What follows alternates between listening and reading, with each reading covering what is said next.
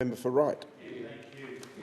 Mr Deputy Speaker, I rise to speak on the National Water Commission Amendment Bill 2012.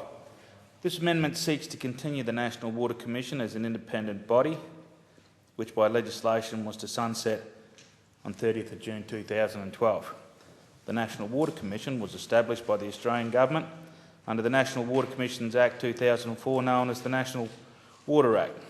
The National Water Commission Act came into force on the 17th of December 2004 and provides that statutory basis for the National Water Commission to carry out a range of functions to assist with the implementation of the National Water Initiative. The independent review of the National Water Council was commissioned by the Commonwealth Government on behalf of the Council of Australian Governments in accordance with the National Water Review and Section 38 of the National Water Commission Act. The review concluded that the National Water Commission should continue without sunset for the duration of the National Water Initiative. Now, I'm not too sure what the Coalition's position is on that, but I don't support that. But I don't necessarily agree that an organisation that was necessarily set up with sunset clause should then have a perpetual ongoingness without that sunset clause. The review found that the implementation of the National Water Initiative is occurring within a highly complex and evolving environments. These complex environments require an independent and specialist institution to credibly engage with and report on the progress of water reform. Water reform is such an important part of the nation at the moment, and I cannot stress how intense some of those negotiations may be as we move into the future. It has the capacity to divide communities, and in some cases has the capacity to create rifts within families, especially if one family's on one side of a river and one's on the other in the agricultural sector.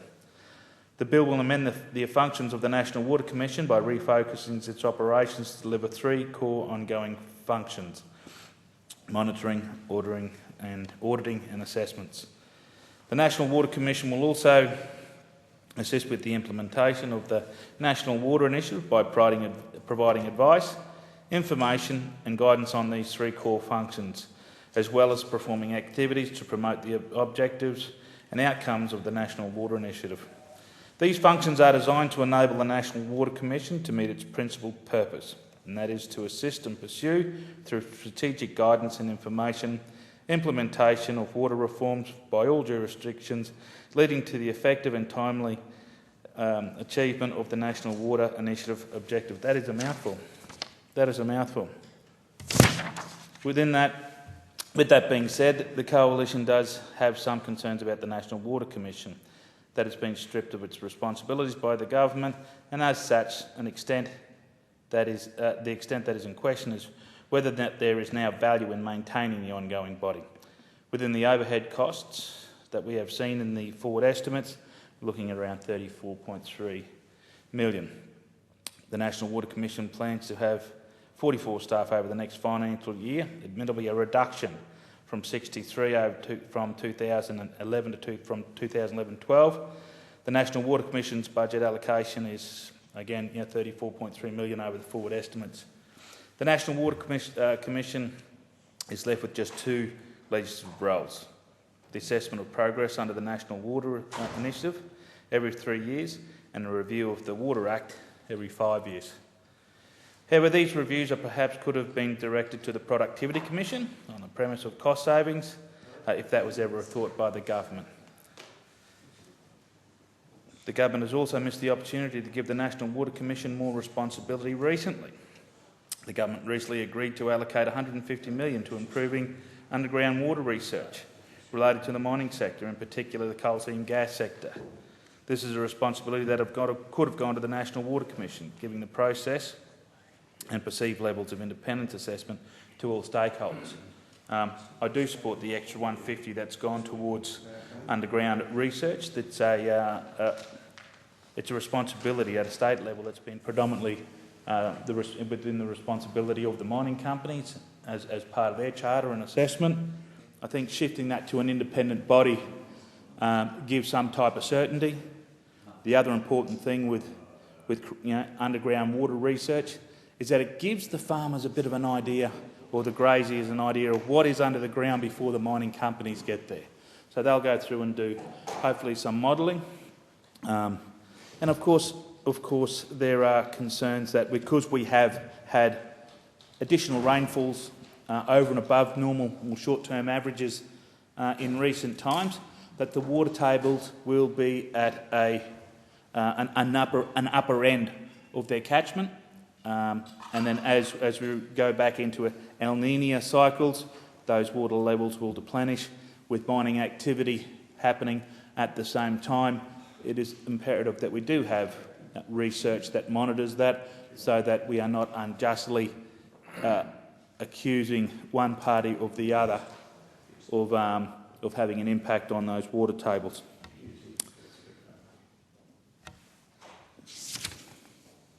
I also want to make the point, just with reference before I move on, with reference to the 150 million on underground water. In Queensland at the moment, there's some ads on television which speak about gas companies saying how unintrusive their work is in the agricultural sector. Well, to a degree, that is true. That is true. There are relationships that have existed with Australian well-founded companies with the agricultural sector for over 20 years. Very unintrusive. But there are two types of extraction. There is the extraction that you see on the television, where it takes up less than a half of a netball court with a couple of panels around the head of the well.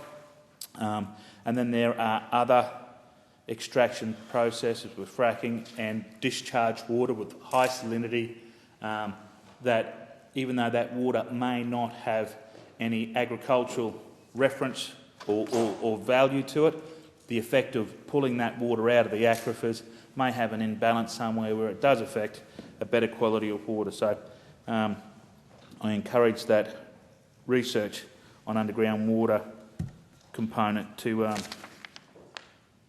be diligent in their findings. Instead, the task was given then to the Department of Sustainability, Environment, Water, Population and Communities. One of these issues that I believe they should look at is streamlining the process for the allocations of water licences.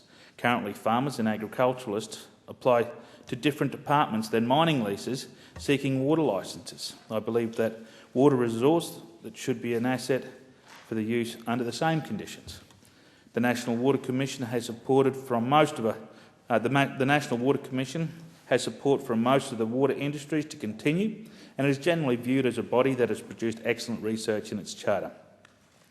The Australian Association has pointedly indicated that the National Water Commission helped balance the barometer on federal and state governments to maintain a commitment to water reforms under the National Water Initiative, and I dare say that those challenges will still lie with the Commission as they continue with deliberations in regional parts of Australia. The Water Services Association of Australia believes that funding for water research should continue, otherwise more than the cost of producing it would be an impost on the water industry.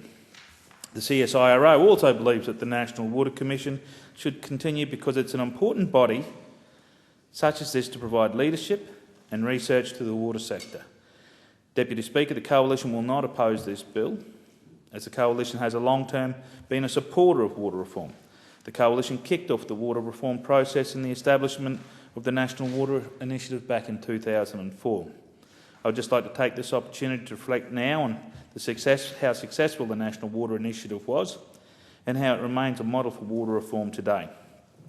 Under the National Water Initiative, it was implicitly recognised that there is a trade-off between economic, social and environmental factors. Some recent deliberations have omitted the social impact on those communities and have had a stronger focus on the environmental impacts of water levels or water flows and courses.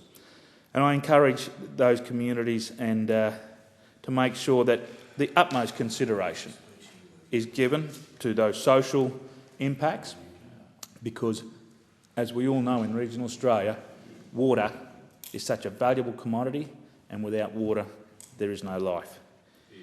We can never achieve all of these goals at the same time. We must weigh up against each other and come to a balanced outcome. This bill goes forward in a non-controversial bill, but I think it's only right that the Coalition will be watching the work of the National Water Commission closely, and our expectations that absolute diligence will be shown in the expenditure of the Australian taxpayers' money in the pursuit of water reforms. In conclusion, I'll finish up where I started. I personally will be monitoring the progress of this body. I would have thought that the Productivity Commission could have more diligently handled the process for the next couple of years at a much reduced rate, in a time where money is scarce and waste is a challenge for the government. However, in saying that, I understand the good work that's been done by the body. I understand that they've pared back some staff.